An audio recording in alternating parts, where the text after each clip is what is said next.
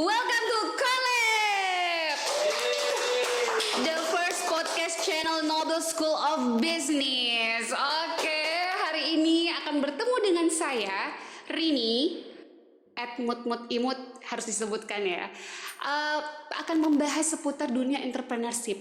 Jadi podcast ini membahas seputar entrepreneurship dan mengundang berbagai macam public figure, kemudian pengusaha muda, kemudian jangan lupa paling penting adalah mahasiswa kita yang berbisnis. Nah, hari ini kita sudah kedatangan seorang mahasiswa yang diakuin sudah sukses banget.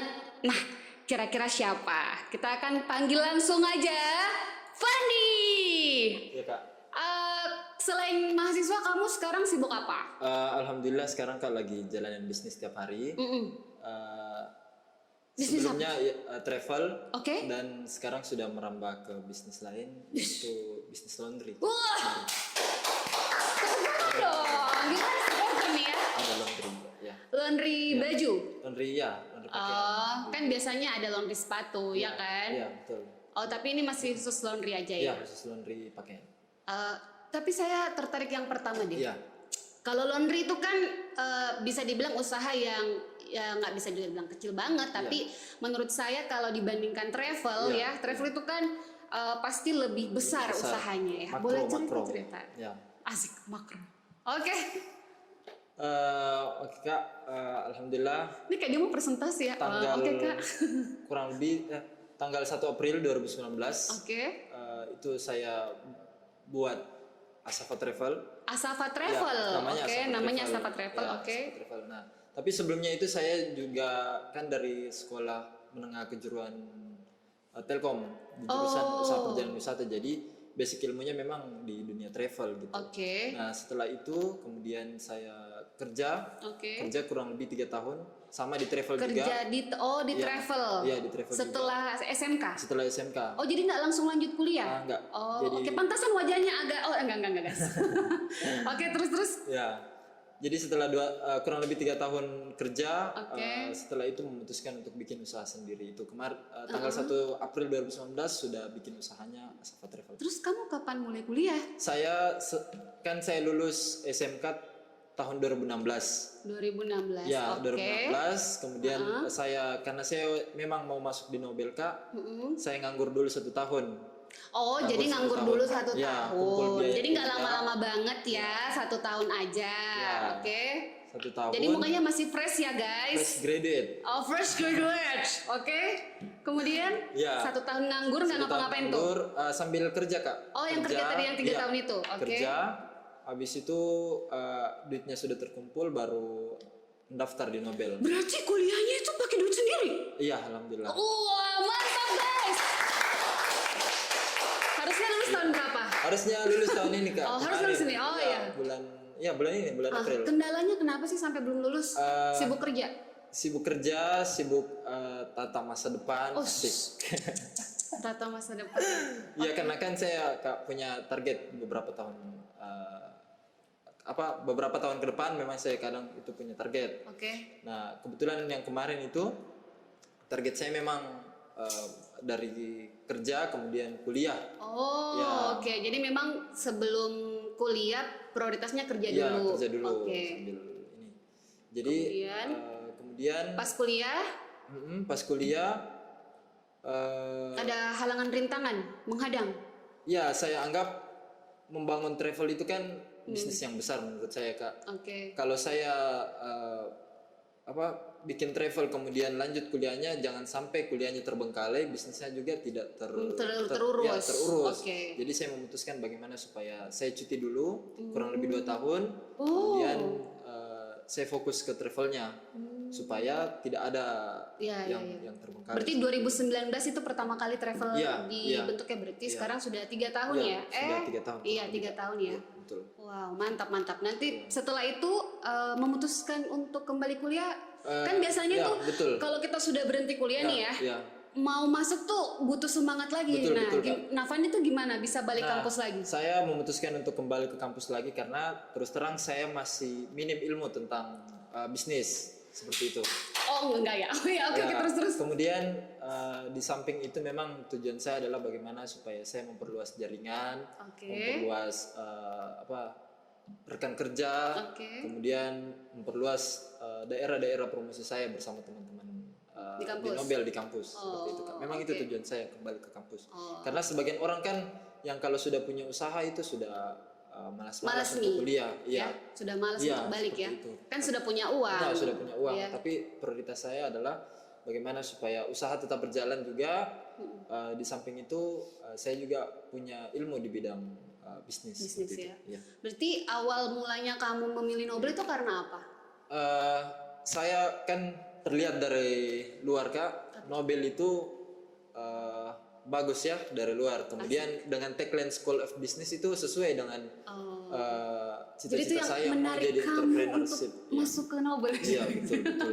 Gara-gara Nobel Iya. School of Iya. Business-nya ya. Ditambah lagi Terbukti Kak, nggak? Terbukti nih. terbukti sekali Kak Oh, mantap. setelah saya masuk, kemudian beberapa dosen itu memang secara praktisi dia memang di bidangnya, membuat saya ternyata Nobel itu memang secara kurikulum dia bagus dan secara tenaga pengajar memang dia bagus. Seperti itu. Mantap ya. Kita bicara tentang usaha Ya. travel ya. Ya. Asafa. Asafa. Nama Asafa itu terinspirasi dari mana? Ya, jadi sebenarnya Asafa itu kalau kita baca dalam surah Al-Kahfi ayat ke-6 akhir, Mantap. ya itu berisi tentang maksud saya artinya adalah keterangan yang dimaksud di situ adalah Al-Qur'an. Seperti itu. Tetapi di sisi lain juga arti Asafa itu kalau A-nya itu adalah sebuah awal. Kalau misalnya kita di sekolah A itu kan nilai yang bagus kan, Kak. Kemudian A itu adalah awal dari sebuah apapun itu. Iya. Nah, kemudian Safa itu adalah sebuah Perjalanan. Iya, adalah sebuah bukit di Makkah, Safa dan Marwah yang menjadi ikhtiar Siti Hajar ketika mencari air Zam-Zam buat anaknya Nabi Ismail seperti itu. Jadi saya berharap Safa itu adalah sebuah awal yang baik yang menjadi ikhtiar saya dalam mencari rezeki. Mantap. Nah gitu ya guys, kalau kita buat bisnis itu menentukan nama juga itu harus punya doa. Doa ya, seperti anak kita kasih nama itu juga doa ya. Saya pikir tadi dia terinspirasi dari lagunya Sofa itu siapa yang nyanyi itu? Bisa Sabian bukan? Oh Sabian ya, Sabian. Oh saya pikir gara-gara itu ya, ternyata bukan ya. Iya. Kurang tahu padahal disebut tadi bisa Sabian. Oke. Kemudian sampai akhirnya tadi kan cerita kalau memang dulu SMK-nya itu pariwisata ya jatuhnya betul, ya. Usaha perjalanan usaha. Tapi untuk memutuskan berbisnis itu mulanya gimana tuh Van? Memang saya Kak dari sekolah memang sering jualan pulsa. Yang penting bukan jual diri ya? Ya, enggak. Oh ya bukan. Saya jualan pulsa, kemudian kebetulan dekat rumah itu kan ada kayak sungai, kemudian banyak orang yang mancing. Yang mancing, saya biasa jualan cacing. Oh, saya pikir kamu jualan ikannya. Oh, bukan, karena kan biasa ada yang mancing-mancing. Oh, jadi kamu yang jasa penyedia cacing ya? Terima jasa. Iya, jadi memang dari sekolah itu saya suka SMP ya. Dari sekolah itu saya memang suka jualan. Kemudian orang tua juga jualan di rumah, jualan warung-warung. Kelontongan gitu. Iya, kelontongan. Betul. Ya, terus saya memilih SMK ya, SMK Telkom namanya SMK. Boleh sebut merek nih? Ya, bisa nggak? Oh boleh bisa. boleh. SMK Telkom. Padahal udah gitu. Ya, saya memilih di situ usaha perjalanan wisata karena memang niatannya ke sana. Iya, niat saya untuk ke sana karena berarti suka udah jalan-jalan juga. Oh, berarti sudah pernah traveling ini khusus travel untuk ibadah kah atau karena saya basic ilmu saya itu di beberapa tur domestik internasional, kemudian umroh haji juga saya bisa. Kemudian di berkas visa umroh juga saya bisa. Jadi di semua segmen bisa. Oh gitu. Semua layanan bisa. Oh berarti berarti kemana bukan aja? Bukan cuma umroh saja. Bukan umroh aja ya. Tur domestik internasional, tiket pesawat. Oke.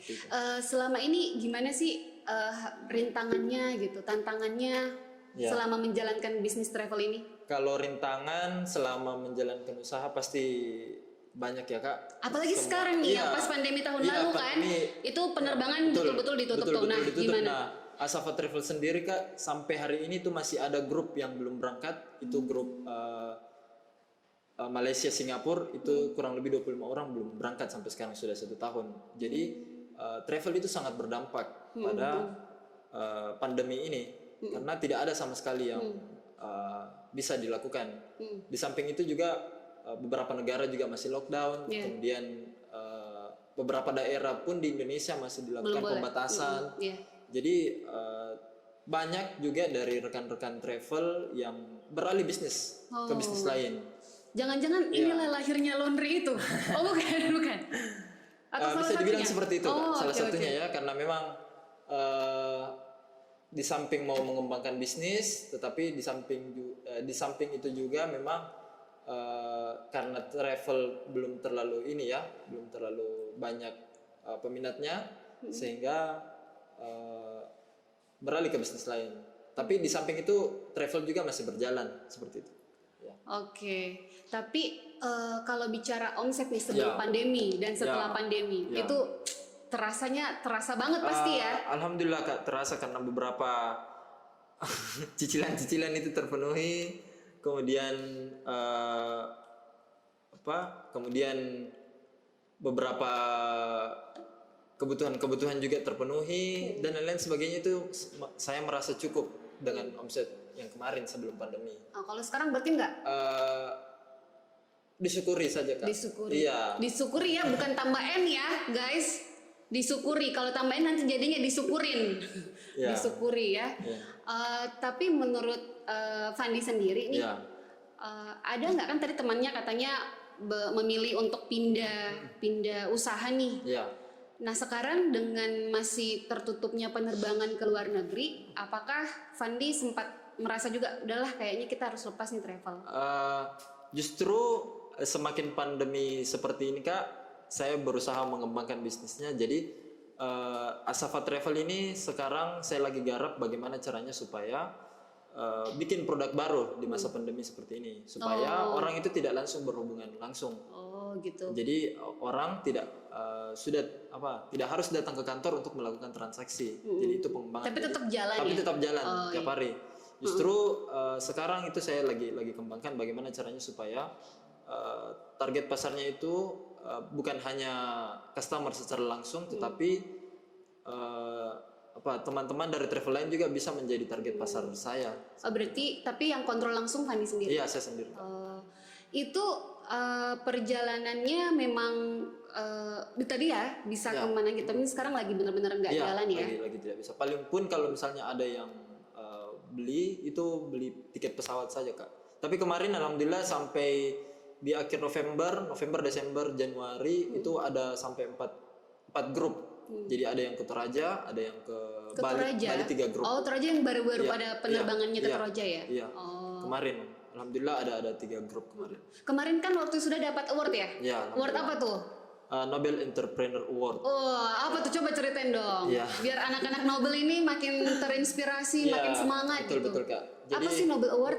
Jadi Nobel Award itu adalah penghargaan bagi teman-teman yang mempunyai bisnis, kemudian dari Nobel itu sendiri pasti mengapresiasi teman-teman yang punya bisnis.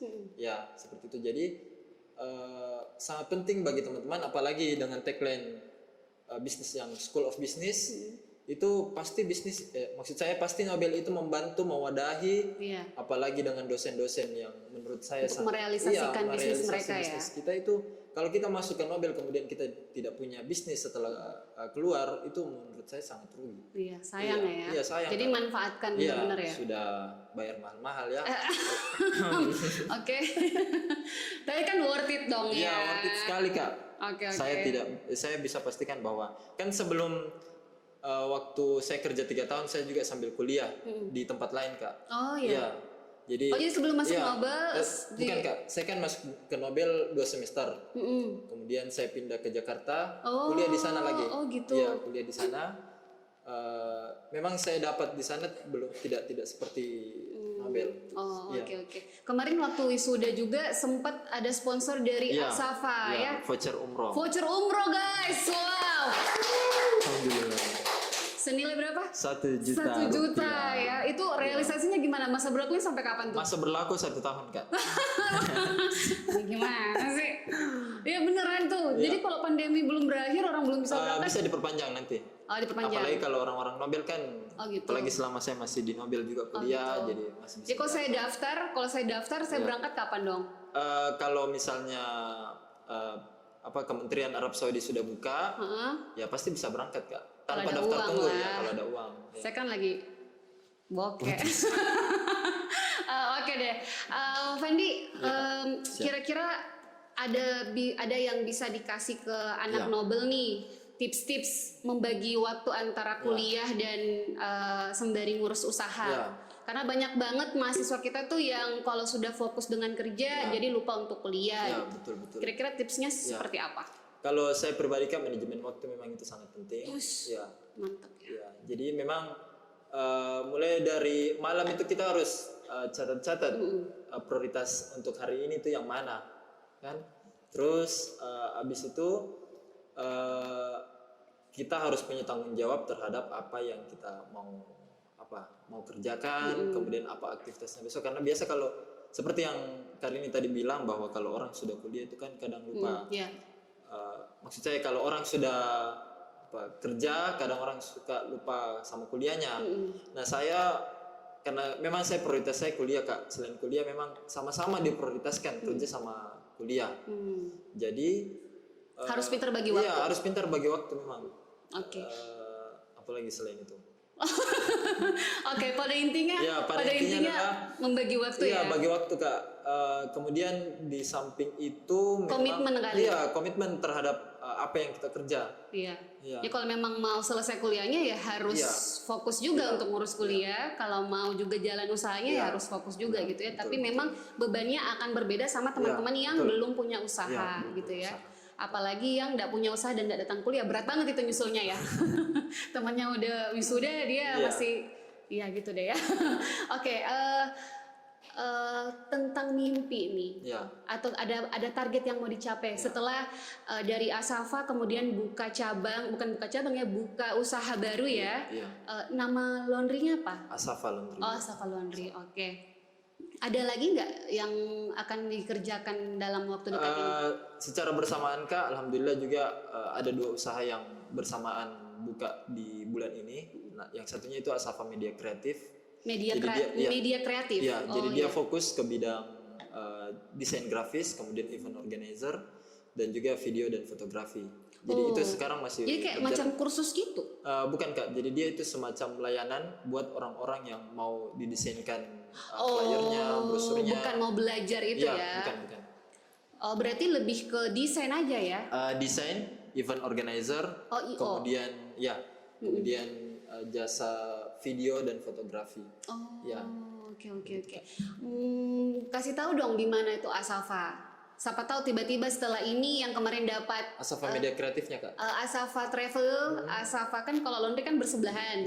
Sama yang baru mau Asafa Media Kreatif. Itu di mana biar teman-teman anak Nobel ini tahu tuh. Jadi saya sekarang kan sudah pindah tempat kan. Sekarang di Jalan Landak Baru, lorong 8 nomor 108.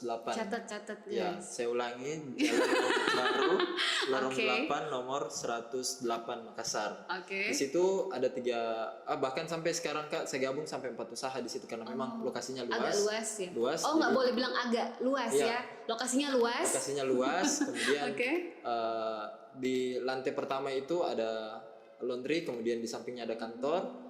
Di belakang itu bisa dipakai untuk Asafa Media Kreatif. Dan di atas itu bisa kos-kosan Kak, jadi bisa. Berarti ada lagi usaha baru kos-kosan. Nanti sambil bicara sembari. Luar biasa, mantap. Oke, itu kan tadi ada target-target yang akan mau dicapai berikutnya. Tips terakhir dong buat anak Nobel nih, gimana sih supaya mereka tuh bisa mencapai targetnya dengan tepat? Paling penting Kak kalau di kampus itu, apalagi lagi kuliah, itu betul-betul apa yang disampaikan oleh dosen itu harus didengar dengan baik, kemudian diteliti. Kemudian setelah itu memang kita sebagai mahasiswa harus cari tahu tentang apa yang sudah disampaikan. Ya, kemudian jadi jangan cepat puas gitu. Iya, jangan cepat puas. Harus kemudian penasaran terus. Berusaha untuk bagaimana mengasah diri tiap hari, bagaimana mengasah kesempatan, bagaimana kemudian kita berusaha supaya apa yang kita inginkan itu bisa untuk kita capai. Nah terkadang itu Kak, kadang ada juga, maksud saya terkadang kita menganggap bahwa kesempatan itu tidak datang 2 kali, tapi menurut saya kesempatan akan datang bagi orang yang tidak pernah berhenti mencoba. Mantap closing statementnya guys. Luar biasa Pandi, terima kasih atas terima waktunya kasih, Kak. hari Sama-sama. ini. Sukses terus Amin. usaha-usahanya, Iya. sangat menginspirasi buat teman-teman mahasiswa yang sementara merintis usahanya sembari lagi menyelesaikan Iya, kuliahnya. betul. Tentunya kita akan mengundang berbagai macam narasumber dari mahasiswa, public figure, dan semua orang yang berkaitan dengan dunia entrepreneurship. Jadi stay tune di podcast kami di Collab. Bye!